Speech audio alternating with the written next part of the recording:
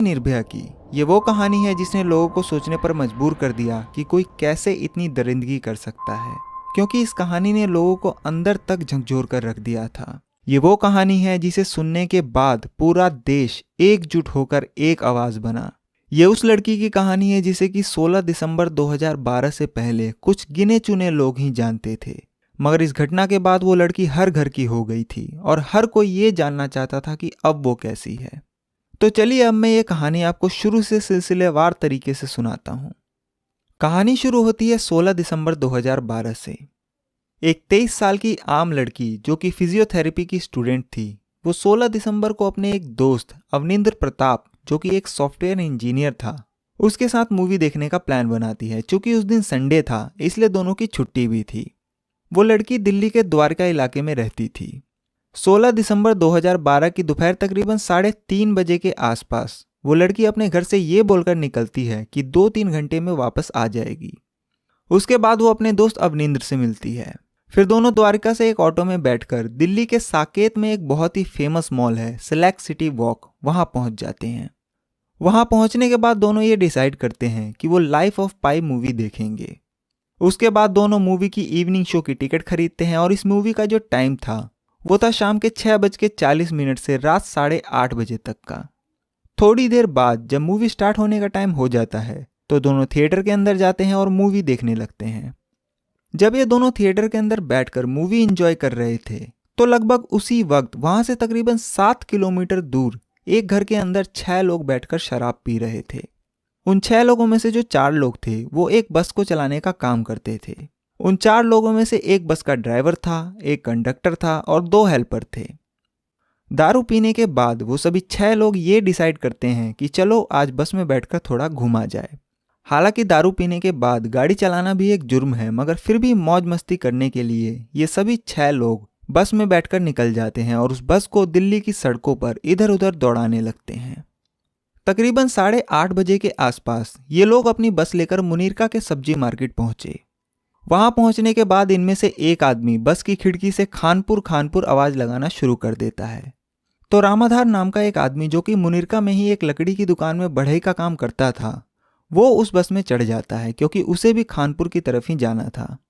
जब वो बढ़ई बस में बैठा और जब बस वहां से आगे निकली तो कुछ मिनटों बाद ही बस में बैठे लोग उससे कहते हैं कि ये बस खानपुर नहीं बल्कि नेहरू प्लेस जाएगी। उनकी ये बात सुनने के बाद रामाधार उस बस से उतरने लगा, मगर इससे पहले कि वो बस से उतरता उन लोगों ने उसे वापस बस में खींच लिया और उससे छीना झपटी करने लगे। जब उस बढ़ई ने इसका विरोध किया तो वो सभी 5 लोग मिलकर उसकी पिटाई करने लगे और छठा आदमी बस चला रहा था। उसके बाद उन्होंने रामाधार से उसका मोबाइल और 1500 रुपये जो उसके पास थे वो छीनकर IIT फ्लाईओवर के पास उसे बस से बाहर धक्का दिया और फिर वहां से बस को भगाकर ले गए। इधर जब ये 6 लोग रामाधार को लूट रहे थे तभी उधर तकरीबन 8:30 बजे वो लड़की और उसका दोस्त मूवी देखकर थिएटर से बाहर आते हैं। उसके बाद ये दोनों घर जाने के लिए एक ऑटो की तलाश करते हैं, मगर कोई भी ऑटो वाला द्वारका जाने के लिए तैयार ही नहीं होता। जो तैयार होता है वो पैसे बहुत ज़्यादा बताता है और जब वो लोग ऑटो वाले से मीटर से चलने को कहते हैं तो वो मना कर देता है। खैर इसके बाद जैसे तैसे मोल तोल करने के बाद एक ऑटो वाला उन दोनों को मुनीरका बस स्टॉप तक छोड़ने के लिए तैयार हो जाता है। तो ये दोनों उस ऑटो में बैठ जाते हैं और सोचते हैं कि बस स्टॉप पर पहुंचकर वहां से 764 नंबर की बस पकड़कर द्वारका चले जाएंगे। इसके बाद वो दोनों ऑटो में बैठकर तकरीबन 8:45 पर सेलेक्ट सिटी वॉक से निकलते हैं और लगभग 10-12 मिनट में ही ये ऑटो वाला उन दोनों को मुनीरका बस स्टॉप पर छोड़ देता है। अब ये दोनों वहां खड़े होकर अपनी बस के आने का इंतजार करने लगे। ये दोनों अपनी बस का इंतजार कर ही रहे थे कि तभी वहां लगभग 9 बजे के आसपास एक सफेद रंग की चार्टेड बस आकर रुकती है और उस बस में से एक आदमी द्वारका और पालम मोड़ चिल्ला रहा था। तो क्योंकि रात के लगभग 9 बज गए थे और फिर देर भी हो रही थी, इसलिए ये दोनों इस बस में सवार हो जाते हैं और बस की आगे वाली एक सीट छोड़कर दूसरी सीट पर बैठ जाते हैं और फिर ये बस वहां से चल देती है। ये सफेद रंग की बस जिसमें वो लड़की और उसका दोस्त चढ़े, ये वही बस थी जिसे कि वो 6 लोग शराब पीने के बाद मौज मस्ती करने के लिए लेकर निकले थे और जिसमें कि अभी थोड़ी देर पहले ही उन्होंने एक आदमी से लूटपाट भी की थी। उस बस में जो 6 लोग पहले से सवार थे उनमें से एक था राम सिंह जो कि उस बस का ड्राइवर था। दूसरा राम सिंह का भाई मुकेश सिंह, जो कि उस बस में हेल्पर का काम करता था। तीसरा था अक्षय कुमार उर्फ ठाकुर, जो कि उस बस का क्लीनर था। चौथा पवन गुप्ता और पांचवा विनय शर्मा। ये दोनों बस में तो काम नहीं करते थे, पर ड्राइवर राम सिंह के अच्छे दोस्त थे और ये पांचों लोग एक ही इलाके में रहते थे। जो छठा आदमी उस बस में था उसका नाम था राजू। राजू उन लोगों के साथ नहीं रहता था और ये उसी दिन यानी 16 दिसंबर 2012 की दोपहर में ही इन पांचों से मिला था। खैर, जब ये बस मुनीरका बस स्टैंड से निकली तो इसके बाद ये जो लड़की और लड़का थे इन्होंने टिकट मांगी, तो उन लोगों ने टिकट तो नहीं दी, पर दोनों से किराए के नाम पर 10-10 रुपए ले लिए। इसके तकरीबन 5 मिनट बाद जब यह बस मलाई मंदिर के पास फ्लाईओवर पर चढ़ी तो उन्होंने बस का दरवाजा बंद कर दिया और बस की लाइट भी बुझा दी। उसके बाद इनमें से 3 लोग इन दोनों के पास आए और इन्हें देखकर भद्दे और घटिया कमेंट पास करने लगे और फिर गाली देनी भी शुरू कर दी। ये सुनकर उस लड़की के दोस्त को गुस्सा आता है और वो इनका विरोध करने लगता है, तो वो तीनों लोग मिलकर उस लड़के को पीटने लगते हैं। ये देखकर लड़की अपना फोन निकालती है और पुलिस को 100 नंबर पर कॉल करने की कोशिश करती है, मगर वो लोग उसका मोबाइल भी छीन लेते हैं। इसके बाद बाकी के 2 लोग भी अपने साथ एक लोहे की रॉड लेकर आते हैं और उस रॉड से उस लड़के को बुरी तरह मारने लगते हैं। जब वो लड़की अपने दोस्त को बचाने की कोशिश करती है तो वो लोग उस लड़की को भी मारने लगते हैं। इसके बाद ये लोग उन दोनों के पर्स, मोबाइल, डेबिट कार्ड, घड़ी वगैरह भी छीन लेते हैं। यहाँ तक कि ये लोग इन दोनों के कपड़े भी उतरवा देते हैं। जब वो लड़का उनकी पिटाई से लगभग बेहोश हो जाता है तब वो लोग उस लड़की को बस की पिछली सीट पर ले जाते हैं और फिर बारी बारी से वो सभी लोग उस लड़की का बलात्कार करते हैं। इस दौरान वो बस लगातार दिल्ली की सड़कों पर दौड़ रही थी। बीच बीच में बस के ड्राइवर भी बदल रहे थे और उस चलती बस में ये 6 लोग उस बेचारी लड़की का गैंगरेप कर रहे थे। यहाँ तक कि जब उस लड़की ने अपने आप को बचाने और उनका विरोध करने की कोशिश की तो दरिंदगी का ये आलम था कि उनमें से एक ने उस लड़की के प्राइवेट पार्ट में लोहे की रॉड तक घुसा दी। तकरीबन 1 घंटे तक उन 6 लोगों ने उस लड़की को नोचा, खसोटा और जानवरों से भी बदतर सलूक किया। उन हैवानों ने उस लड़की के जिस्म का एक भी ऐसा हिस्सा नहीं छोड़ा जो सही सलामत हो और जिस पर कोई जख्म का निशान ना हो। वो लड़की चिल्लाती रही, बचाओ बचाओ, मगर उस चलती बस से ट्रैफिक की आवाज में उस लड़की का ये शोर किसी के कानों तक नहीं पहुंचा। इसके बाद जब इन दरिंदों का मन भर गया तब वो उस लड़के को भी पीछे लेकर आए और दोनों को बस के पिछले दरवाजे से बाहर फेंकने की कोशिश की, मगर पीछे का दरवाजा खुला नहीं क्योंकि वो जाम था। उसके बाद वो लोग दोनों को आगे खींच कर लाए और महिपालपुर फ्लाईओवर के पास एक सुनसान जगह पर जहां झाड़ियां भी थी वहां चलती बस से इन दोनों को बस के अगले दरवाजे से बाहर फेंक दिया और फिर बस को उनके ऊपर चढ़ाने की भी कोशिश की, मगर जो लड़का था वो थोड़े होश में था तो उसने लड़की का हाथ पकड़कर किसी तरह सड़क के किनारे खींच लिया और बस का पहिया उनके ऊपर चढ़ने से बाल बाल बच गया। फिर वो लोग तेजी से बस को वहां से भगा कर ले गए। अब ये दोनों 16 दिसंबर की रात दिल्ली की उस कड़ाके की ठंड में सड़क किनारे लहूलुहान पड़े थे। जिस्म पर कोई कपड़ा नहीं था और ना ही शरीर में जान बची थी। फिर भी उस लड़की का दोस्त किसी तरह हाथ से इशारा कर लोगों से मदद मांगने की कोशिश कर रहा था। इस दौरान उस जगह से कई गाड़ियां गुजरी। लड़के की आवाज सुनकर कई लोग वहां रुके भी, मगर किसी ने कोई मदद नहीं की। फिर भी वो लड़का हाथ हिलाकर और आवाज लगाकर लोगों से मदद मांगता रहा। उसी दौरान नेशनल हाईवे टोल प्लाजा पर काम करने वाले राजकुमार नाम के एक शख्स जो कि अपनी मोटरसाइकिल से NH8 पर पेट्रोलिंग कर रहे थे, वो उसी जगह से गुजर रहे थे। तकरीबन रात 10:10 पर उन्होंने बचाओ बचाओ की आवाज सुनी।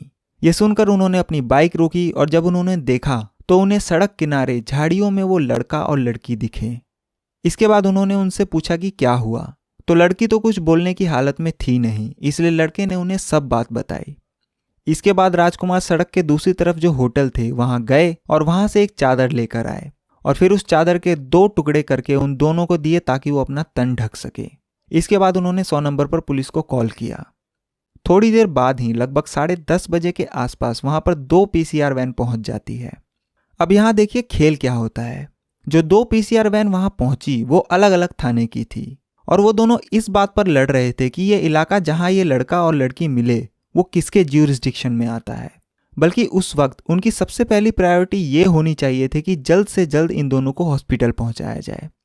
खैर, इसके बाद जब ये ज्यूरिसडिक्शन की बहस खत्म हुई तो दिल्ली पुलिस की एक वैन में इन दोनों को बिठाया गया और रात तकरीबन 11 बजे के आसपास दोनों को दिल्ली के सफदरजंग हॉस्पिटल के इमरजेंसी वार्ड में ले जाया गया। हॉस्पिटल पहुंचने के बाद जब डॉक्टरों ने पहली बार उस लड़की की हालत देखी तो उनके हाथ पैर भी फूल गए, क्योंकि उन्होंने भी आज तक के अपने करियर में ऐसा केस कभी नहीं देखा था।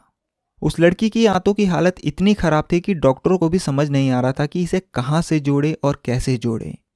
खैर, इसके बाद लड़की के माँ बाप को इसकी खबर दी गई और फिर फौरन उस लड़की को ऑपरेशन के लिए ले जाया गया। उसके बाद जब यह खबर पुलिस के बड़े अधिकारियों तक पहुंची तो साउथ डिस्ट्रिक्ट की डीसीपी छाया शर्मा खुद हालात का जायजा लेने के लिए सफदरजंग हॉस्पिटल पहुंची। और जब डॉक्टरों ने उन्हें लड़की की हालत के बारे में बताया तो डीसीपी छाया शर्मा भी सन्न रह गई। जो दरिंदगी उस लड़की के साथ हुई उसे सुनने के बाद डीसीपी छाया शर्मा को लग गया कि यह मामला बहुत सेंसिटिव है और अगर इसमें थोड़ी सी भी देरी हुई तो मामला हाथ से निकल सकता है, क्योंकि किसी भी घटना के शुरुआती 24 घंटे बहुत ही इंपॉर्टेंट होते हैं। डीसीपी छाया शर्मा ने तुरंत कार्यवाही शुरू की और 16 और 17 दिसंबर की उसी रात अपने सबसे काबिल पुलिस वालों को हॉस्पिटल बुलाया और उन लोगों की 3-4 टीम बना दी। फिर उसी रात लड़की के दोस्त अवनिंद्र की भी स्टेटमेंट दर्ज की गई और सुबह लगभग 5:30 बजे इसके खिलाफ वसंत विहार पुलिस स्टेशन में एफआईआर भी दर्ज कर ली गई। अपनी स्टेटमेंट में लड़की के दोस्त अवनिंद्र ने सारी घटना के बारे में बताया। ये सुनने के बाद अब पुलिस का ये था कि सबसे पहले वो बस ढूंढी जाए जिसमें यह घटना हुई, क्योंकि उस बस के मिलने के बाद ही आगे कोई सुराग मिल सकता था। इसके बाद पुलिस ने अवनिंद्र से बस की डिस्क्रिप्शन के बारे में पूछा तो उसने बताया कि वो एक सफेद रंग की बस थी और उस बस के दोनों साइड पीले और हरे रंग की पट्टी थी।